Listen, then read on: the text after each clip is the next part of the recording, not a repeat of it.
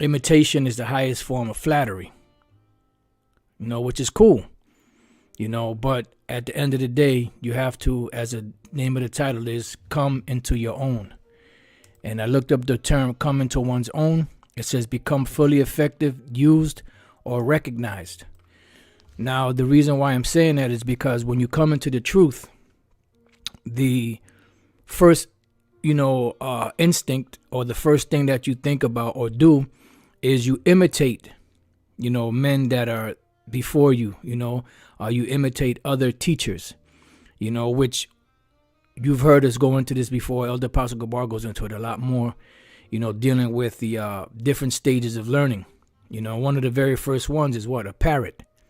And all the parrot does is mimic. So although, flattery is imitation is the highest form of flattery, there has to come a point where you have to come into your own. You have to build your spirit. You have to, work out your own identity, what the Lord gave you specifically to bring to the table. Now, don't get me wrong, as being teachers and being students, we all have certain mannerisms, certain ways that we teach, certain words that we use, certain motions, certain things that we do that are the same as our teachers, because that's who taught us. I'll give you a small example. Back in it's either 93 or 94, I know in 93, that's when the apostles started coming up to Connecticut to build us up.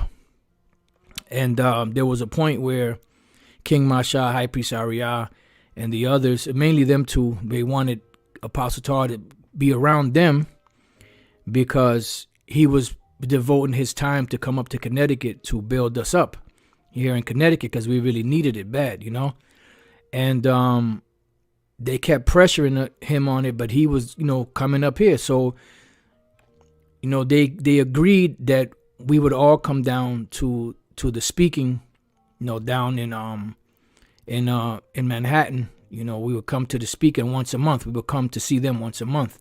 So we were up there, and back then you had time.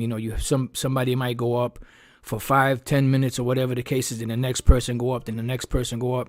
So they put myself up and another individual that he's still doing the work. I'll say it like that, but he's not a part of Great Millstone anymore, or he's not a part. Well, Great Millstone was something that came out in 2007. So he was a part of the Connecticut camp. I'll put it like that.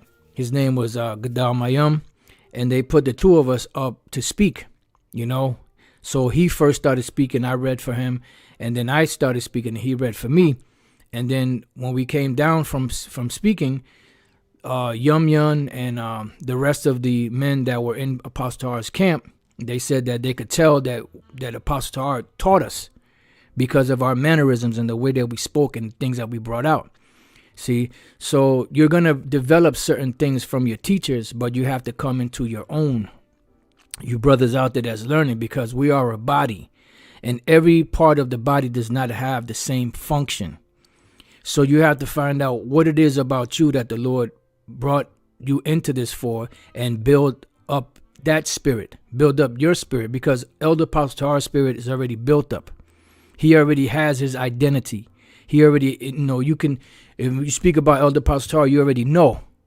You speak about Elder Apostle Gabar, Elder Apostle Rakad, the bishops, other elders, different brothers, that's already been established. And other brothers that's been in this thing for 10 to 14 years or so, they've developed, and they're still developing their character. So you already know. So it's up to you to build that personal relationship with Yahweh Bashem Yahushua, to build up your spirit. As they say in the so-called churches, you have to, build your relationship with the Heavenly Father, Yahweh Bashem Yahushua.